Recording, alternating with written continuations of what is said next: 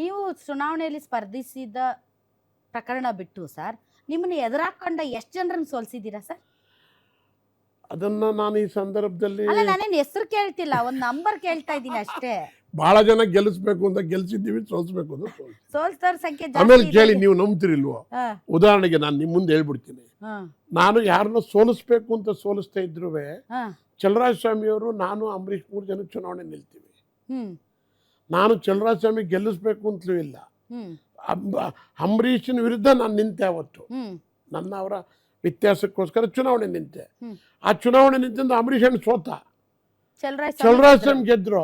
Phone ಮಾಡಿದ್ರು ನಿಮ್ಗೆ, ಅವ್ರು ಕೇಳಿ, ಥ್ಯಾಂಕ್ ಯು ಶಿವರಾಮೇಗೌಡ್ರೆ, ನನ್ಗೆ ಅಲ್ಲ ಗೆಲ್ಸಿದ್ದಕ್ಕೆ ನನಗೆ ಅಂತ. ಗೊತ್ತಿಲ್ಲ. ಅಲ್ಲಿ ಅವ್ರು ಹೇಳಿದ್ದು ಜನ, ಹಾ, ಅಲ್ಲಿ ಅವ್ರ ಎದುರುಗಡೆ ಇದ್ದರು, ದೇವಡ್ರಿ ಫೋನ್ ತಗೋತೀವಿ, ದೇವಡ್ರಿ ಫೋನ್ ತಗೋತೀವಿ, ದೇವಡ್ರಿ ಕುಮಾರಣ್ಣಗೆ ಫೋನ್ ತಗೋತೀವಿ ಅಂತೆ.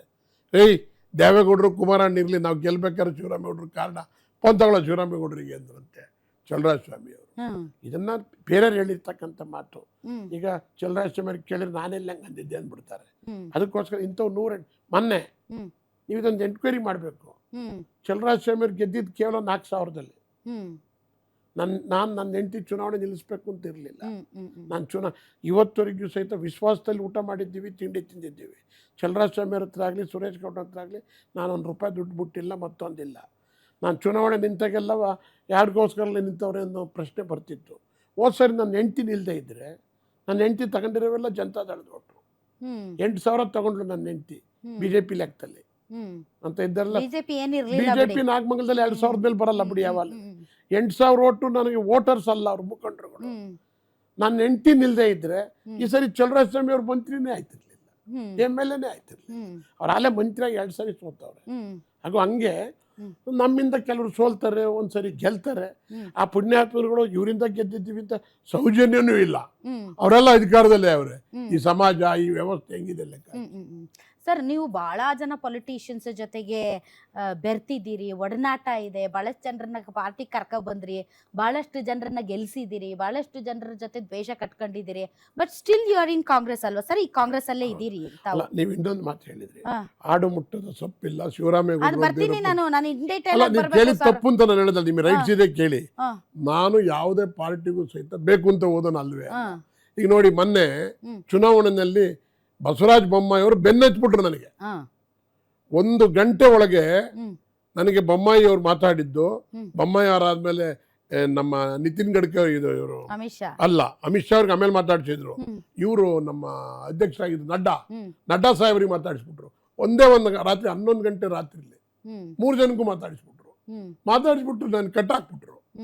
ಆಗ ನಾನು ವಿಧಿ ಇಲ್ಲದೆ ನನ್ನ ಹೆಂಡತಿ 3 ದಿವಸ ಊಟ ಮಾಡಲಿಲ್ಲ. ನಾನು MLA ಕ್ಯಾಂಡಿಡೇಟ್ ಆಗುವಂತಾಗ ನಮ್ಮ ಅಪ್ಪನೇ MLA, ನೀನ್ ಗಂಡ MLA ಆಗಿದ್ದೀರಿ, ನನ್ನ ಮಗ MLA ಆಗುತ್ತೆ 60 ಆಯ್ತಾನೆ. MLA ನೋಡಿ ಸಾಕಾಗಿದೆ, ನಾನು ಜನ ಸುಧಾರಿಸ್ಕೊಂಡಿರ್ತೀನಿ ಹೊರತು ನಾನು ನಿಲ್ಲಲ್ಲ ಅಂತ ಹಠ ಮಾಡಿ ನಿಲ್ಲಿಸ್ತು. ಮೊನ್ನೆ ಅವಳು ನಿಲ್ಲಾಗಿ ಚಲರಾಜ ಸ್ವಾಮಿ ಅವ್ರು ಗೆದ್ರು. ಚಲರಾಜ ಸ್ವಾಮಿ ಅವ್ರು 4,000ದಲ್ಲಿ ಗೆದ್ರು. ಇಲ್ದೇ ಜನತಾದಳದ ಕ್ಯಾಂಡಿಡೇಟ್ ಅಲ್ಲಿ ಗೆಲ್ತಿತ್ತು. ನನಗೆ ಚಲರಾಜ ಸ್ವಾಮಿ ಗೆಲ್ಬೇಕು ಅನ್ನೋದಿದೆ, ಬಟ್ ಇವರಿಂದ ಗೆದ್ದು ಅನ್ನೋದಾರು ಒಂದು ಅವ್ರಿಗೆ ಸಮಾಧಾನ ಇಲ್ಲ. ಇದು ಬಂದಿರ್ತಕ್ಕ. ಅಲ್ಲ, ಯಾರು ಕರೆದ್ರೆ ಅವ್ರ ಹಿಂದಿಂದ ಹೊಂಟೋಗ್ತಾನೆ ಇರ್ತೀರಾ ನೀವು? ಇಲ್ಲ, ಹೋಗ್ತಾ ಇಲ್ಲ. ನಮ್ಮ ಸ್ಥಳೀಯವಾಗಿರ್ತಕ್ಕ ನನಗೇನಾಗಿದೆ ಹೇಳ್ತೀನಿ ಕೇಳಿ. ನಾನು ಒಬ್ಬ ಹಳ್ಳಿ ಬಡ ರೈತನ ಮಗ. ಬಡ ಅಂದ್ರೆ ನಮ್ಮಪ್ಪ ಆವಾಗಲೂ ಚೆನ್ನಾಗಿದ್ದು. ನಮ್ಮ ಅಪ್ಪನೇ ಕಾರ್ ಇಟ್ಟಿದ್ರು. ನಮ್ಮ ಅಪ್ಪನೇ.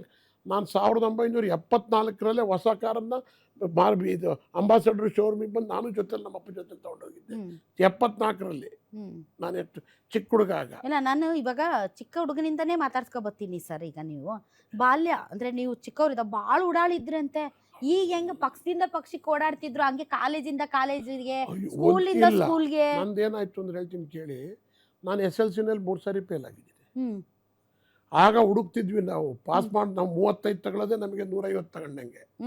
ಆಗ 35 ತಗೊಳಕ್ಕೂ ಸಹಿತ ನಮಗೆ ಶಕ್ತಿ ಇಲ್ದಲೆ ನಾವು ಆಗ ಪಾಸ್ ಎಲ್ಲಿ ಮಾಡ್ತೀರಿ ಅಂದ್ರೆ ಓದ್ ಪಾಸ್ ಆಗಂಗಿಲ್ಲ, ಯಾರು ಪಾಸ್ ಮಾಡ್ತಾರ ಅವ್ರು ನೋಡ್ಕೊಂಡು ಹೋಗೋದು. ಪಾಸ್ ಮಾಡಿಸ್ತಾರೆ ಅವ್ರು ನೋಡಿಕೊಂಡು.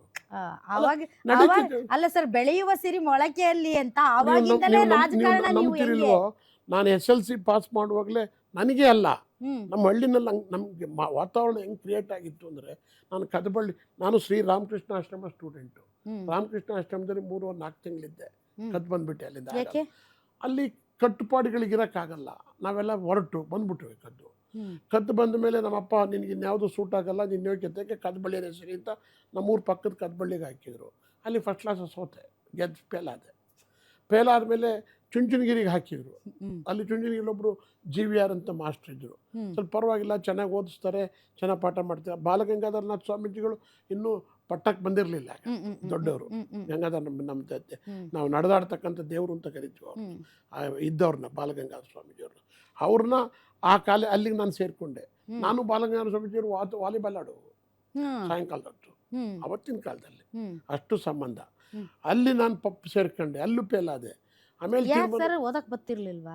ನಮಗೆ ಓದೋದೇ ಹತ್ತುತ್ತಿರಲಿಲ್ಲ, ಅದೇ ಬಂದಿರೋ ಪ್ರಾಬ್ಲಮ್. ಬೇರೆ ಎಲ್ಲ ಚೆನ್ನಾಗಿ ಮಾಡ್ತಿದ್ರಂತೆ, ಓಡಾಳಿದ್ರಂತೆ. ಎಲ್ಲ ಓಡಾಳಿದ್ದೆ, ಬಟ್ ಓದಿದ್ರೆ ಚೆನ್ನಾಗಿ ಓದ್ತಿದ್ದೆ. ಪುಸ್ತಕ ಇಟ್ಕೊಂಡೆ ಓದಿ ಅಭ್ಯಾಸ ಇರಲಿಲ್ಲ. ಏನ್ ಮಾಡ್ತಿದ್ರಿ ಸರ್? ನಾನು ನಂಬ್ತಿರಿಲ್ವೋ, ತಲೆವಳಿಗೆ ಹೋಗ್ತಿರ್ಲಿಲ್ಲ. ಆಮೇಲೆ ನಮಗೆ ನೀವು ನನ್ನ ಕದ್ಬಳ್ಳಿಲಿದ್ದೆ, ಇಂಗ್ಲೀಷ್ ಮೇಸ್ಟ್ರೇ ಇರಲಿಲ್ಲ 3 ವರ್ಷ, ಇಂಗ್ಲೀಷ್ ಟೀಚರೇ ಇರಲಿಲ್ಲ. ನಾವೇನೇ ಯಾವ ಥರ ಇಂಗ್ಲೀಷ್ ಪಾಸ್ ಮಾಡೋದು, ಇವೆಲ್ಲ ಸಮಸ್ಯೆಗಳು ಲೋಕಲ್ ಆಗಿದ್ದು. ಆಗ ಪಾಸ್ ಮಾಡೋರು ನೋಡಿಕೊಂಡು ಹೋಗ್ತಿದ್ದು. ನಿಮ್ಮ ತಂದೆ ತಾಯಿ ಏನಂತಿರ್ಲಿಲ್ಲ ನಿಮ್ಮನ್ನ? ಎಷ್ಟು ಜನ ಮಕ್ಕಳು ಸರ್ ನೀವು? ನಮ್ಮ ಅಪ್ಪನಿಗೆ 4 ಜನ, ನಮ್ಮ ತಂದೆಯವ್ರಿಗೆ 4 ಜನ. ನಾನು, ನಮ್ಮ ಅಕ್ಕ ಹಿರಿಯವರು, ನಮ್ಮ 2ನೇವರು ನಮ್ಮ ಅಣ್ಣ, 3ನೇವರು ನಮ್ಮ ಅಕ್ಕ, 4ನೇವರು ನಾನು.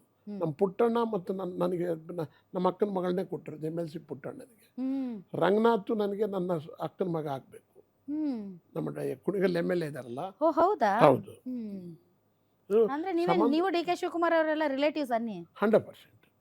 ಅಲ್ಲ, ಅವ್ರು ಮುಖ್ಯಮಂತ್ರಿ ಆಗೋದಕ್ಕಿಂತ ಮುಂಚೆಲ್ಲ ರಿಲೇಟಿವ್, ಮಂತ್ರಿ ಆಗೋದಕ್ಕಿಂತ ಮುಂಚೆಲ್ಲ ರಿಲೇಟಿವ್. ಸೊ ದೊಡ್ಡವರು, ನಿಮ್ಮ ದೊಡ್ಡಣ್ಣ ಚೆನ್ನಾಗಿ ಓದ್ತಾ ಇದ್ರಾ? ನಮ್ಮ ಅಣ್ಣ ಅವನು SLC ಫುಲ್ ಫೇಲೆ.